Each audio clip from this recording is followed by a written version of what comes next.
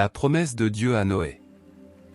Dieu bénit Noé et ses fils en leur disant, « Multipliez-vous et peuplez toute la terre. Vous inspirerez désormais la plus grande crainte à toutes les bêtes de la terre, aux oiseaux, aux petits animaux et aux poissons. Vous pourrez disposer d'eux. Tout ce qui remue et qui vit pourra vous servir de nourriture, comme je vous avais donné l'herbe verte, je vous donne maintenant tout cela. Cependant vous ne devez pas manger la viande qui contient encore la vie, c'est-à-dire le sang. Votre sang aussi, qui est votre vie, j'en demanderai compte à tout animal qui aura tué un être humain, comme à tout être humain qui aura tué son semblable, je demanderai compte de la vie de l'homme. Celui qui répand le sang de l'homme. C'est par l'homme que son sang sera répandu. Car Dieu a fait l'être humain à son image. Quant à vous, ayez des enfants, multipliez-vous et répandez-vous en grand nombre sur la terre. Dieu dit alors à Noé et à ses fils, « Je vous fais une promesse, ainsi qu'à vos descendants et à tout ce qui vit autour de vous, oiseaux, animaux domestiques ou sauvages, ceux qui sont sortis de l'arche et tous ceux qui vivront à l'avenir sur la terre. Voici à quoi je m'engage, jamais plus la grande inondation ne supprimera la vie sur terre, il n'y aura plus de grande inondation pour ravager la terre. » Et Dieu ajouta, « Voici le signe que je m'y engage envers vous et envers tout être vivant, aussi longtemps qu'il y aura des hommes, je place mon arc dans les nuages, il sera un signe qui rappellera l'engagement que j'ai pris à l'égard de la terre. Chaque fois que j'accumulerai des nuages au-dessus de la terre et que l'arc-en-ciel apparaîtra, je penserai à l'engagement que j'ai pris envers vous et envers toutes les espèces d'animaux, il n'y aura jamais plus de grande inondation pour anéantir la vie. Je verrai paraître l'arc-en-ciel, et je penserai à l'engagement éternel que j'ai pris à l'égard de toutes les espèces vivantes de la terre. » Et Dieu le répéta à Noé, « L'arc-en-ciel est le signe de l'engagement que j'ai pris à l'égard de tous les êtres qui vivent sur la terre. » Les trois fils de Noé. Les fils de Noé qui sortirent de l'arche étaient Sem, Cham et Japhet. Cham fut le père de Canaan. C'est à partir de ces trois fils de Noé que toute la terre fut peuplée. Noé fut le premier cultivateur à planter de la vigne. Il but du vin, s'enivra et se déshabilla complètement à l'intérieur de sa tente. Cham, père de Canaan, vit son père tout nu et en avertit ses deux frères, qui étaient dehors. Alors Sem et Japhet prirent un manteau, le placèrent sur leurs épaules, entrèrent à reculons dans la tente et couvrirent leur père. Ils regardaient dans la direction opposée, pour ne pas voir leur père tout nu. Quand Noé fut sorti de son ivresse, il apprit ce que lui avait fait son plus jeune fils. Alors il déclara, « Maudit soit Canaan, qu'il soit pour ses frères, le dernier des esclaves. » Puis il ajouta, « Béni soit le Seigneur, le Dieu de Sem. Que Canaan soit l'esclave de Sem. Que Dieu mette Japhet au large. Mais qu'il ait sa demeure chez Sem. Et que Canaan soit l'esclave de Japhet. » Après la grande inondation, Noé vécut encore 350 ans. Il mourut à l'âge de 950 ans. Les peuples de la terre. Après la grande inondation, les fils de Noé, Sem, Cham et Japhet, eurent des fils. Voici la liste de leurs descendants. Fils de Japhet, Gomé, Magog, Madaï, Yavan, Toubal, Méchec et Tira. Fils de Gomé, Ashkenaz, Riphath et Togarma. Fils de Yavan, Elisha, Tarsi, Kittim et Rodanim.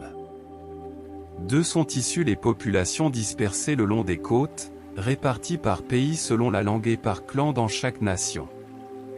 Fils de Cham, Couch et Misraïm, Pout et Canaan. Fils de Couch, Séba, Avila, Sapta, Ragma et Sapteka.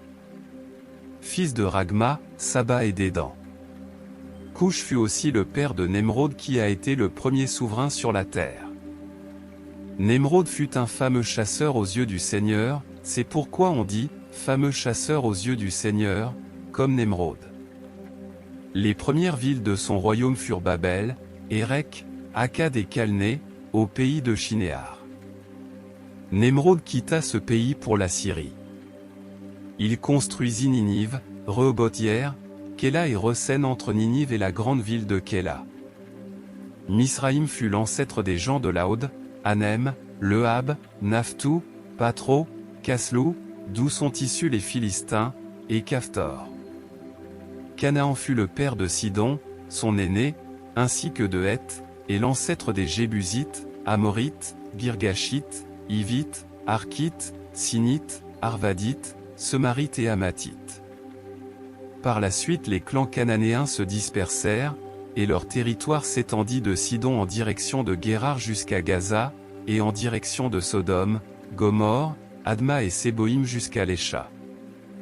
Tels sont les descendants de Cham, répartis d'après leurs clans et leurs langues, dans leur pays et leur nation. Sem, le frère aîné de Japhet, eut aussi des fils. Il est l'ancêtre d'Hébé et de tous ses descendants. Fils de Sem, Élam, Assur, Arpaxad, Laod et Aram. Fils d'Aram, Oul, Guété et Mac. Arpaxad fut le père de Shéla, Shéla fut le père d'Hébé. Hébé eut deux fils, le premier s'appelait Péleg, division, parce que, à l'époque où il vécut, la population de la terre se divisa, son frère s'appelait Yoktan. Yoktan fut le père d'Almodad, Shélef, Asarmavet, Yéra, Adoram, Uzal, Dikla, Obal, Abimaël, Saba, Ophir, Avila, Yobab, tous ceux-là furent les fils de Yoktan. Ils habitaient entre Mécha et la région montagneuse de Séphar à l'est. Tels sont les descendants de Sem, répartis d'après leurs clans et leurs langues, dans leur pays et leur nation. Tels furent les clans issus des fils de Noé selon leur liste de descendance, nation par nation. C'est d'eux que descendent toutes les nations dispersées sur la terre après la grande inondation.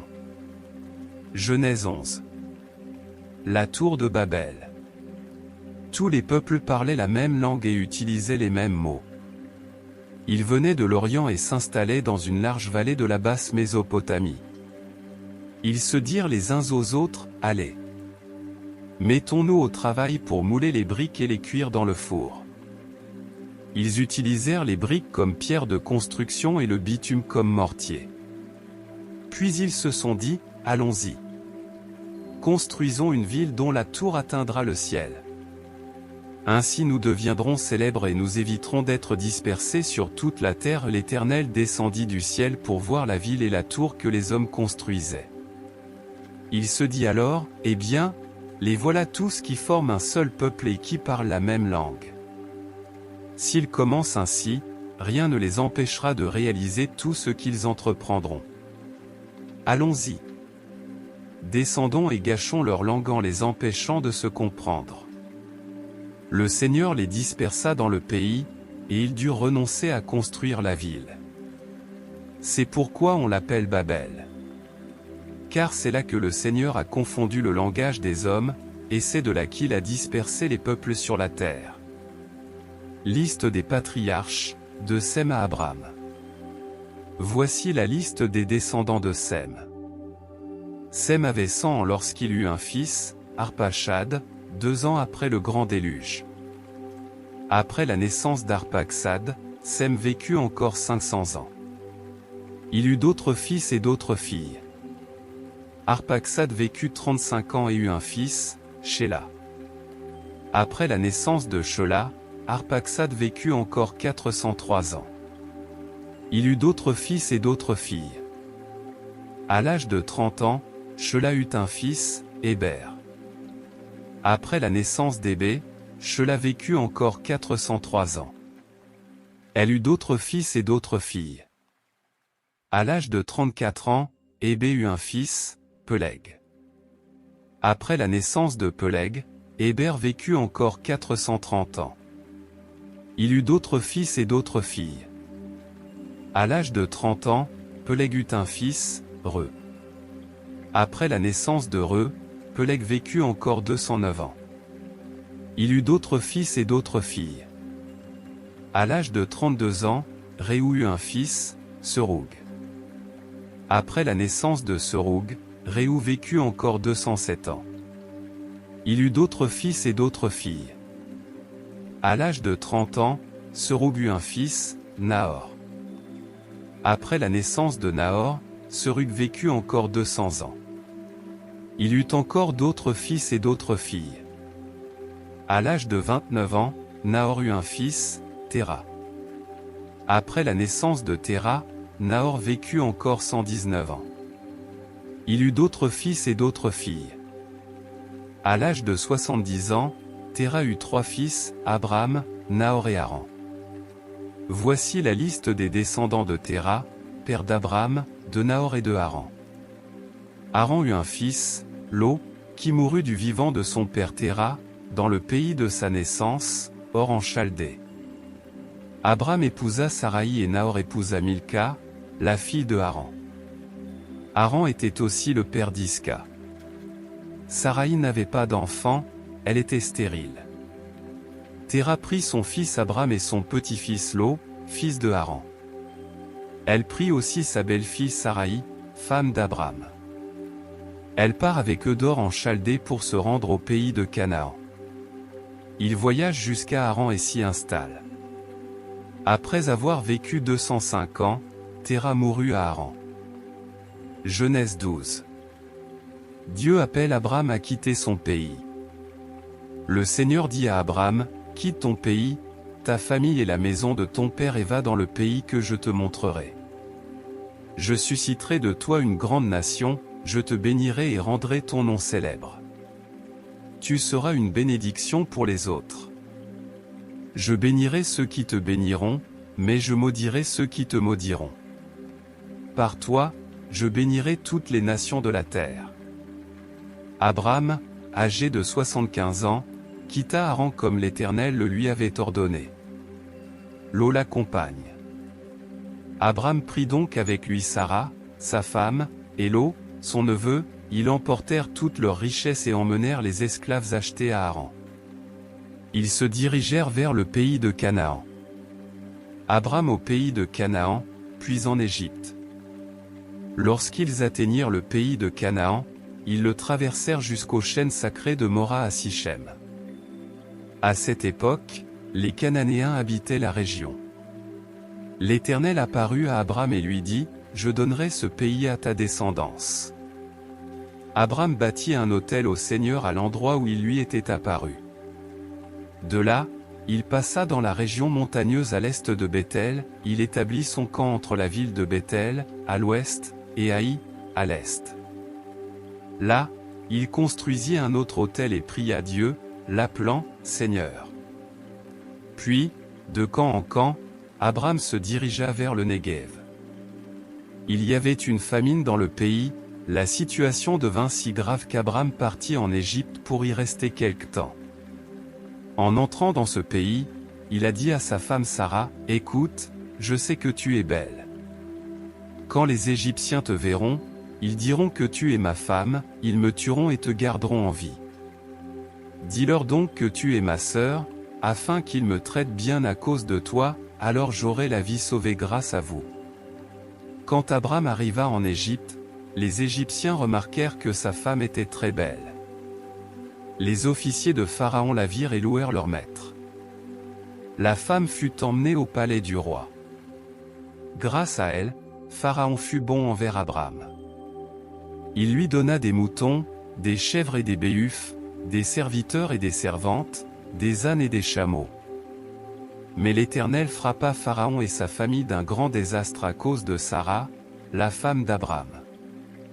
Pharaon convoqua Abram et lui demanda, « Pourquoi m'as-tu fait cela? Pourquoi ne m'as-tu pas dit quelle était ta femme? Pourquoi as-tu dit quelle était ta sœur, pour que je la prenne pour femme? Maintenant, voici votre femme, prends-le et vas-y. » Pharaon ordonna alors à ses serviteurs de ramener Abram à la frontière avec sa femme et tout ce qu'il possédait. Genèse 13. D'Égypte, Abram retourne dans le Néguev avec sa femme et tout ce qu'il possédait. Lot l'accompagnait. Abram et Lot sont séparés. Abram était très riche.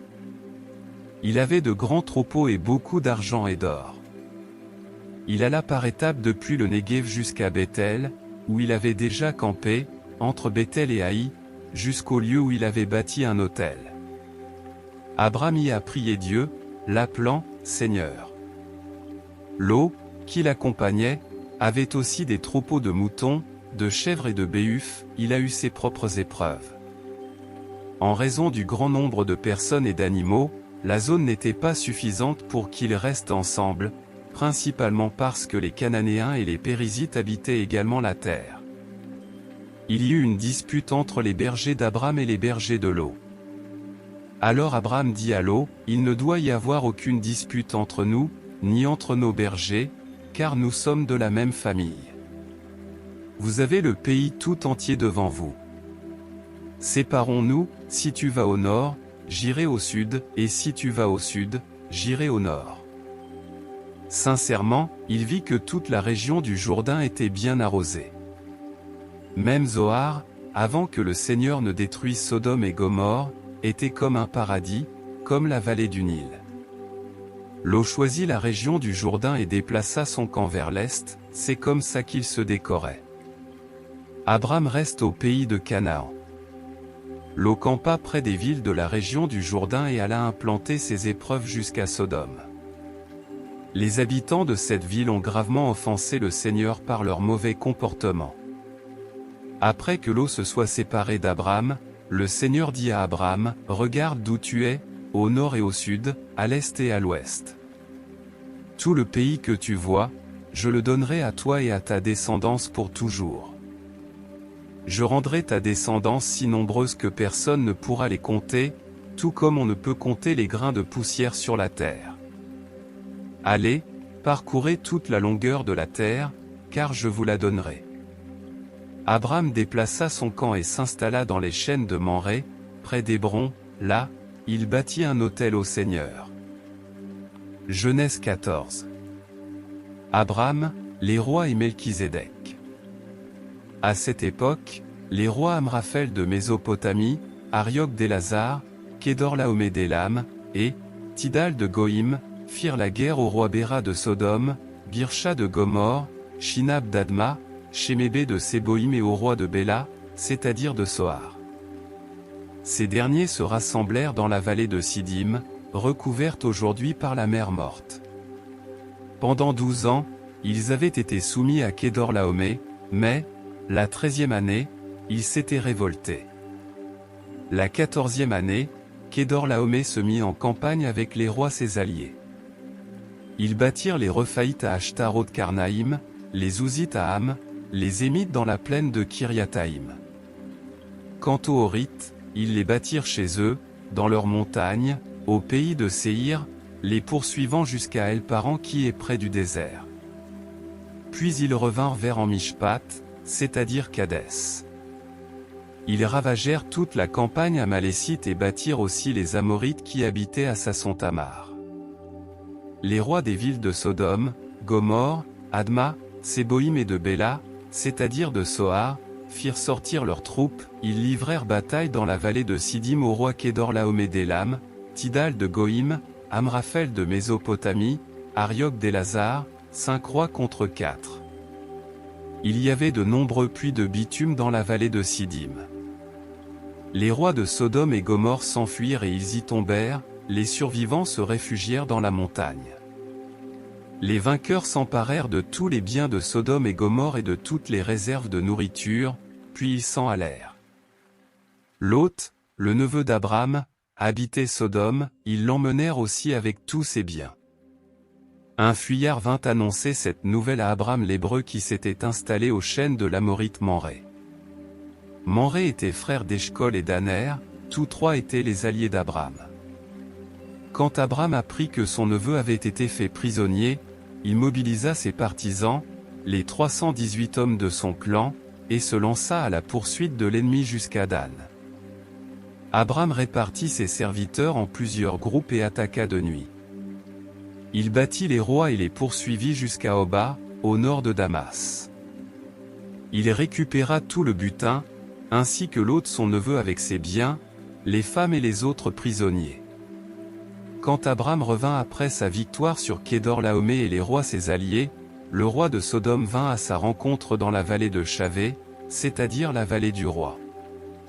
Melchizedek, qui était roi de Salem et prêtre du Dieu Très-Haut, apporta du pain et du vin. Il bénit Abram en disant, « Béni soit Abram par le Dieu Très-Haut qui a créé le ciel et la terre.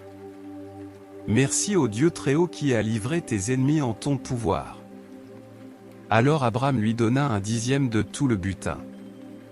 Le roi de Sodome dit à Abram, « Donne-moi les gens et garde les biens matériels. » Abram lui répondit, « Je lève ma main vers le Seigneur, le Dieu Très-Haut qui a créé le ciel et la terre, je jure que je ne prendrai rien de ce qui t'appartient, pas même un fil ou une courroie de sandales. Ainsi tu ne pourras pas dire, j'ai enrichi Abram. Je ne garderai rien pour moi. J'accepte seulement ce que mes gens ont mangé et la part de mes alliés, Aner, Eshcol et Mamré, qui ont droit à cette part. » Genèse 15. Dieu fait alliance avec Abram. Le Seigneur apparut à Abram et lui dit, « N'aie pas peur Abram.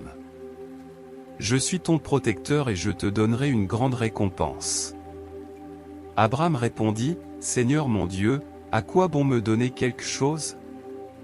Je suis sans enfant, tu ne m'as pas accordé de descendant. Mon héritier, celui qui recevra mes biens, c'est Éliézer de Damas, un de mes domestiques. » Non, dit le Seigneur, ce n'est pas lui qui sera ton héritier, mais un fils né de toi. Puis il fit sortir Abram de sa tente et lui dit, « Regarde le ciel et compte les étoiles si tu le peux, » et il ajouta, « Comme elle, tes descendants seront innombrables. » Abram eut confiance dans le Seigneur. C'est pourquoi le Seigneur le considéra comme juste. Il lui dit, « Je suis le Seigneur qui t'ai fait sortir d'Or en Chaldée pour te donner en propriété ce pays où tu es. » Seigneur Dieu, demanda Abram, « Comment pourrais-je être sûr que je le posséderai ?» Le Seigneur lui dit, « Amène-moi une génisse, une chèvre et un bélier de 3 ans chacun, une tourterelle et un pigeon. » Abram amena ces animaux. Il les partagea par le milieu, à l'exception des oiseaux, et plaça chaque moitié vis-à-vis de l'autre. Des vautours s'abattirent sur les cadavres, mais Abram les chassa.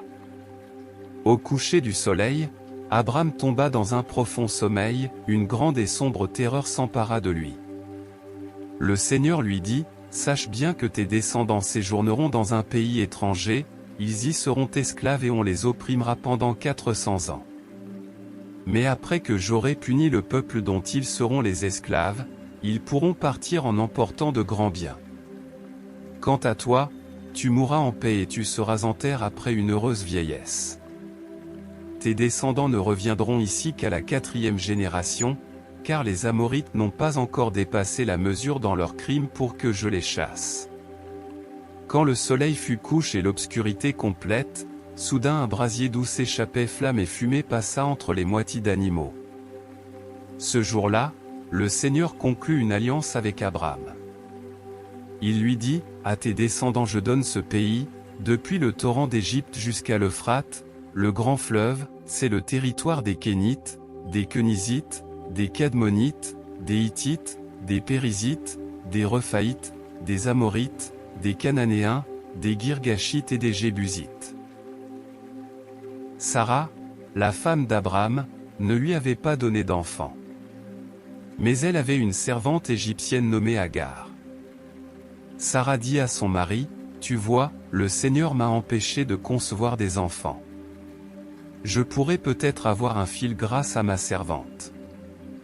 Passe la nuit avec elle. » Abram accepta la proposition de Sarah. Sarah prit sa servante Agar et la donna comme femme à Abram son mari. Il y avait 10 ans qu'Abram habitait le pays de Canaan.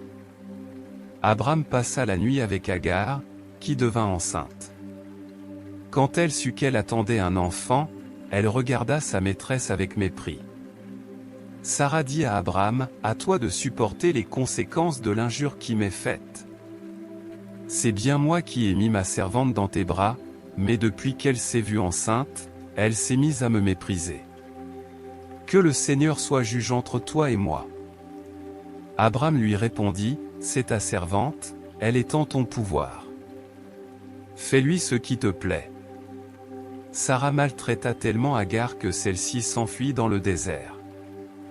L'ange du Seigneur la trouva près de la source qui est sur la route de Chour et lui demanda, « Agar, servante de Sarah, d'où viens-tu et où vas-tu » Elle répondit, « Je me suis enfuie de chez ma maîtresse. » « Retourne auprès de ta maîtresse, » reprit l'ange, « et obéis à ses ordres. Le Seigneur te donnera des descendants en si grand nombre qu'on ne pourra pas les compter. Tu vas avoir un fils. Tu l'appelleras Ismaël, car le Seigneur a entendu ton cri de détresse. Ton fils sera comme un âne sauvage. Il combattra contre tous et tous combattront contre lui. Il vivra seul, à l'écart de tous ses semblables. » Agar se demandait, « Ai-je réellement vu celui qui me voit ?» Et elle donna ce nom au Seigneur qui lui avait parlé, « Tu es El-Roi, le Dieu qui me voit. » C'est pourquoi le puits qui se trouve entre Kadesh et Béré est appelé puits de la Haïroi, ou puits du vivant qui me voit. Agar mit au monde un fils que son père Abram nomma, Ismaël. Abram avait 86 ans lorsqu'Agar lui donna ce fils. Genèse 17. Abram devient Abraham.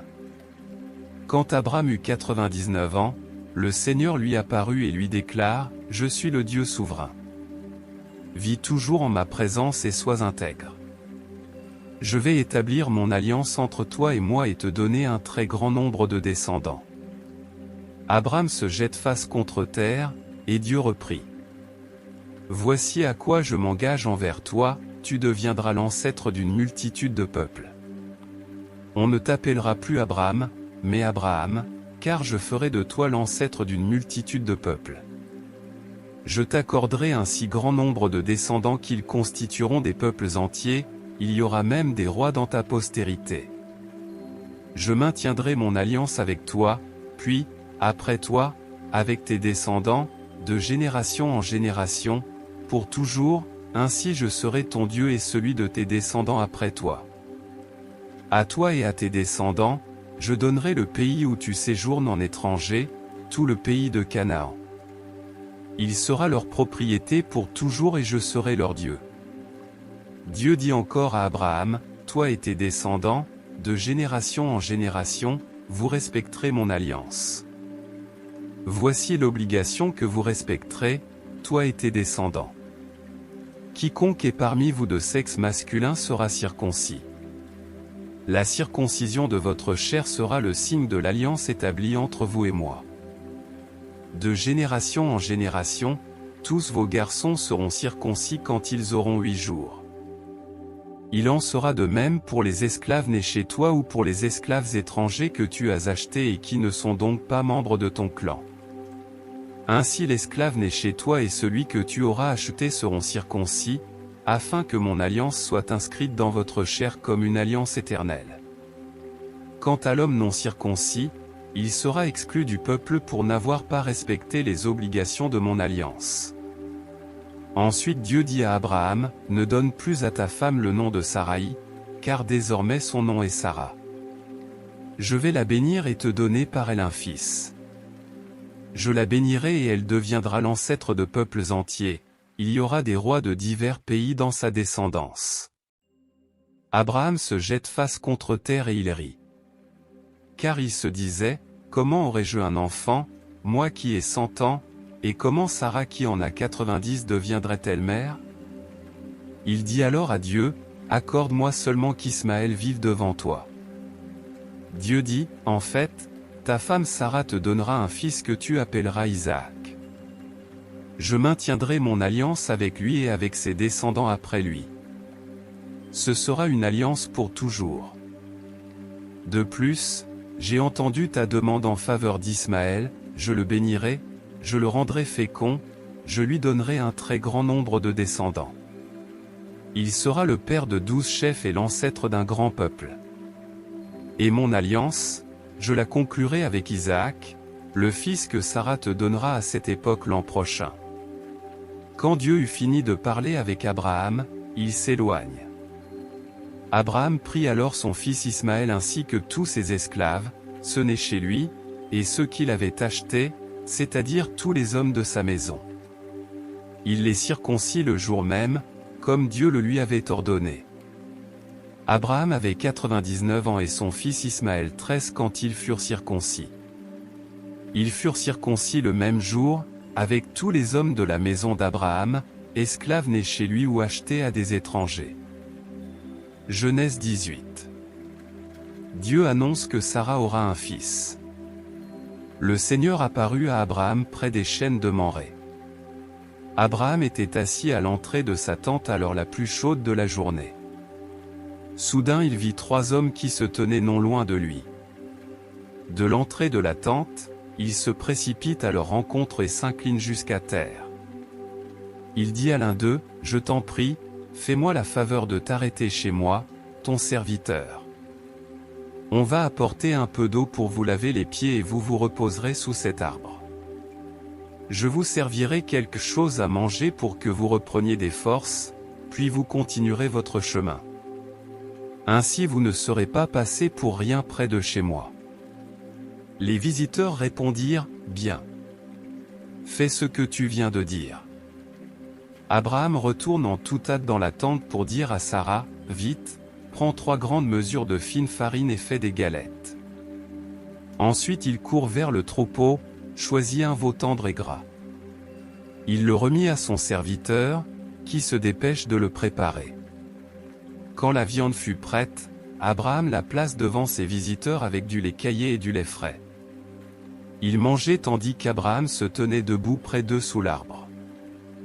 Il lui demande, « Où est ta femme Sarah ? » « Dans la tente. » répondit-il.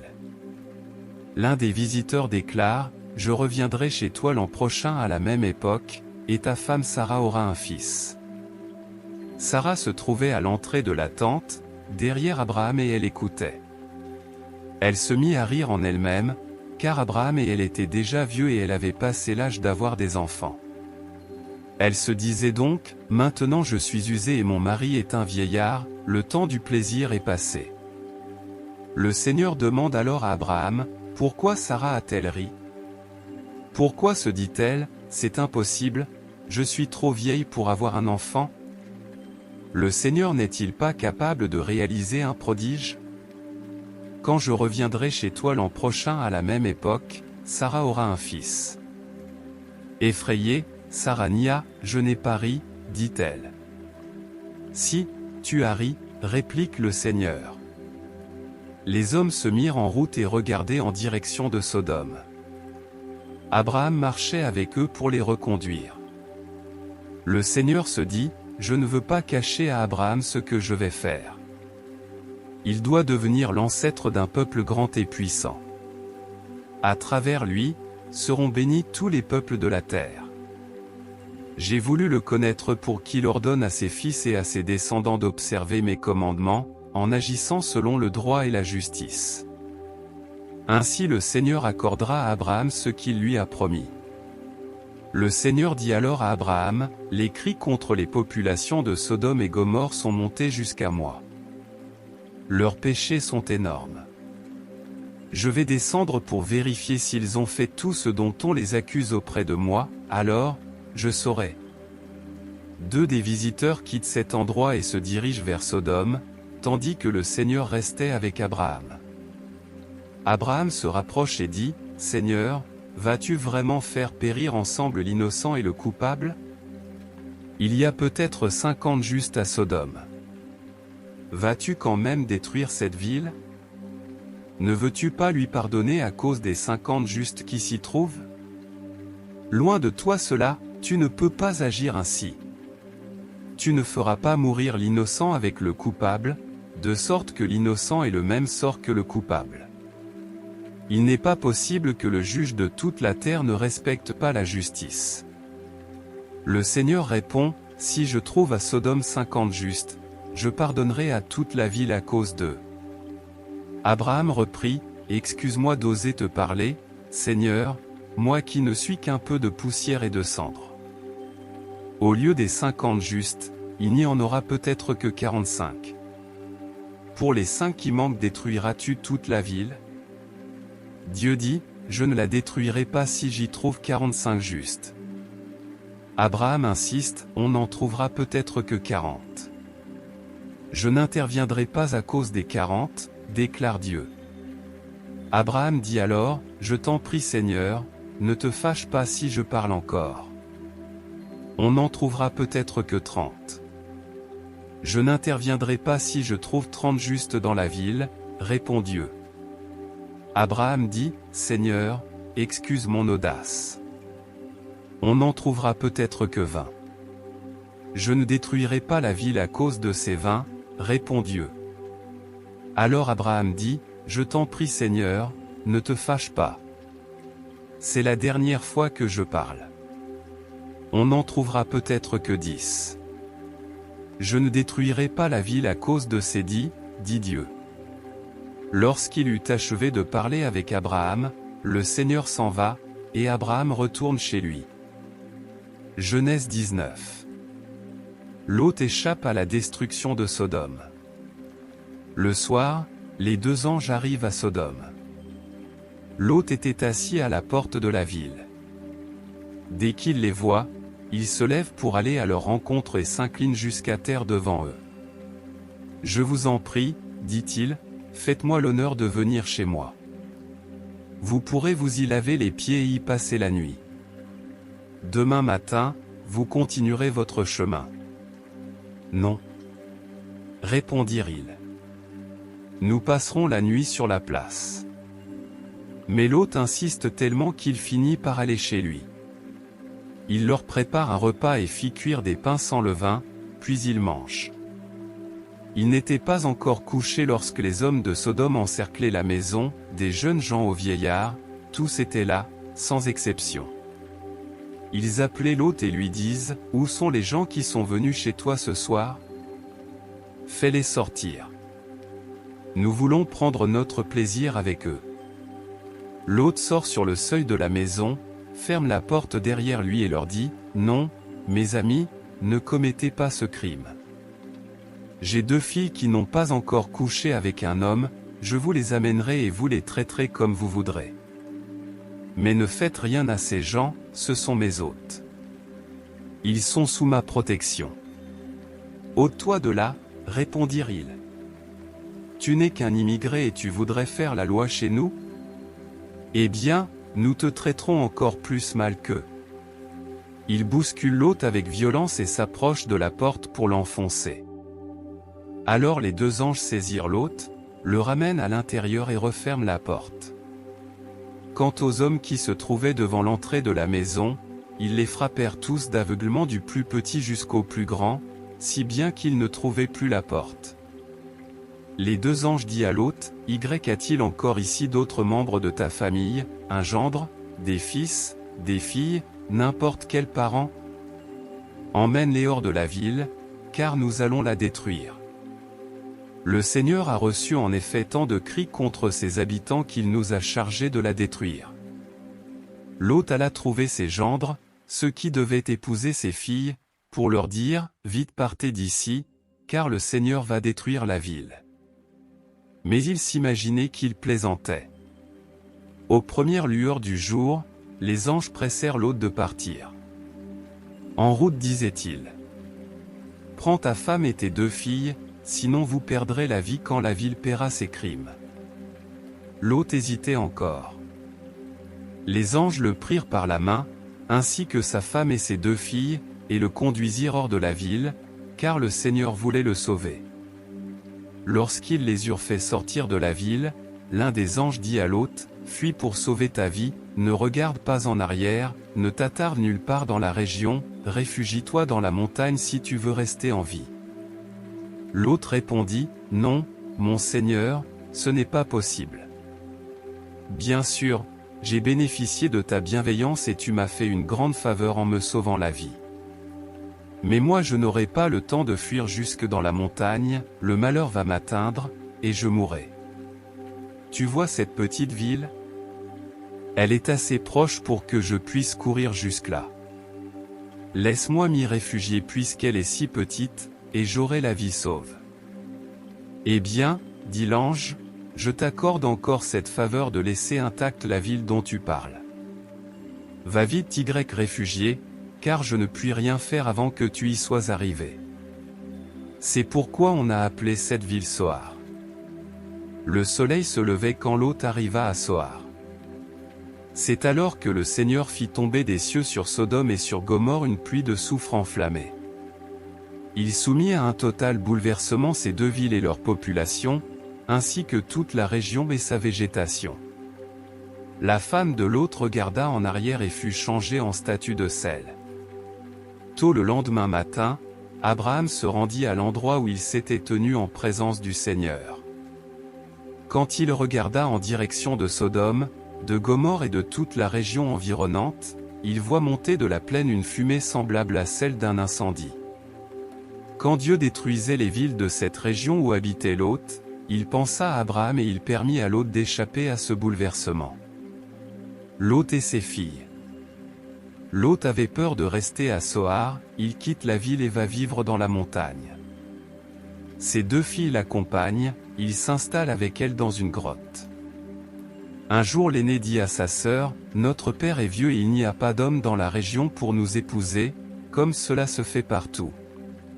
Viens, faisons boire du vin à notre père, puis nous passerons la nuit avec lui, pour lui donner des descendants. » Elles firent donc boire du vin à leur père ce soir-là et l'aîné passa la nuit avec lui. Il ne s'aperçut de rien, ni quand elle se couche, ni quand elle se relève. Le lendemain, l'aîné dit à sa sœur, « Ça y est, j'ai passé la nuit avec notre père. Enivrons-le encore ce soir, ce sera ton tour. Ainsi nous lui donnerons des descendants. » Elles firent encore boire du vin à leur père ce soir-là et la cadette passe la nuit avec lui. Il ne s'aperçut de rien, ni quand elle se couche, ni quand elle se relève. Les deux filles de Lot devinrent enceintes de leur père. L'aînée mit au monde un fils qu'elle appela Moab. Il est l'ancêtre des Moabites d'aujourd'hui. La cadette, elle aussi, mit au monde un fils. Elle l'appelle Ben-Ami. Il est l'ancêtre des Ammonites d'aujourd'hui. Genèse 20. Abraham, Sarah et Abimélec. Abraham part pour la région du Néguev. Il s'établit entre Kadesh et Chour, puis il va séjourner à Guérar. Abraham disait de sa femme Sarah qu'elle était sa sœur. Abimélec, roi de Guérar, la fit enlever. Pendant la nuit, Dieu apparut en rêve à Abimélec et lui dit, « Tu vas mourir à cause de la femme que tu as enlevée, car elle est mariée. » Abimélec, qui ne s'était pas encore approché d'elle, répond, « Seigneur, mon peuple et moi sommes innocents. Nous feras-tu mourir quand même ?» Abraham m'a dit lui-même qu'elle était sa sœur et elle a affirmé de son côté qu'il était son frère. J'ai agi en toute bonne conscience et je n'ai rien fait de mal. Dans ce même rêve, Dieu reprit. Moi aussi, je sais que ton cœur est intègre. C'est moi qui t'ai retenu de te rendre coupable envers moi et voilà pourquoi je ne t'ai pas laissé la toucher. Maintenant rends cette femme à son mari. C'est un prophète, il priera pour que tu aies la vie sauve. Mais si tu ne la rends pas, sache que tu mourras certainement avec tous les tiens. Abimélec se lève de bon matin, appelle les gens de son entourage et leur raconte cette affaire. Ils eurent très peur. Abimélec convoque Abraham et lui demande, « Que nous as-tu fait là? De quoi me suis-je rendu coupable envers toi pour que tu nous exposes, moi et mon royaume, à commettre une faute aussi grave? On ne doit pas se comporter comme tu l'as fait avec moi. Qu'est-ce qui t'a pris d'agir ainsi ?» Abraham répondit, « Je me suis dit que les gens d'ici n'avaient aucun respect pour Dieu et qu'ils allaient me tuer à cause de ma femme. D'ailleurs il est vrai qu'elle est ma sœur, elle a le même père que moi, mais non la même mère. C'est pourquoi elle a pu devenir ma femme. Lorsque Dieu m'a fait quitter la maison de mon père, j'ai dit à ma femme, « Partout où nous irons, fais-moi la faveur de dire que je suis ton frère. » Abimélec prit des moutons, des chèvres et des bœufs, des esclaves hommes et femmes, et les donne à Abraham en lui rendant sa femme Sarah. Il lui dit, « Mon pays t'est ouvert.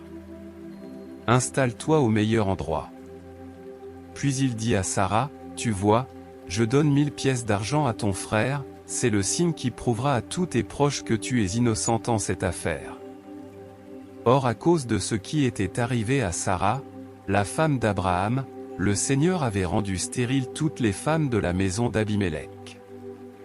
Abraham pria Dieu, et Dieu guérit Abimélec, sa femme et ses servantes, elles purent de nouveau avoir des enfants.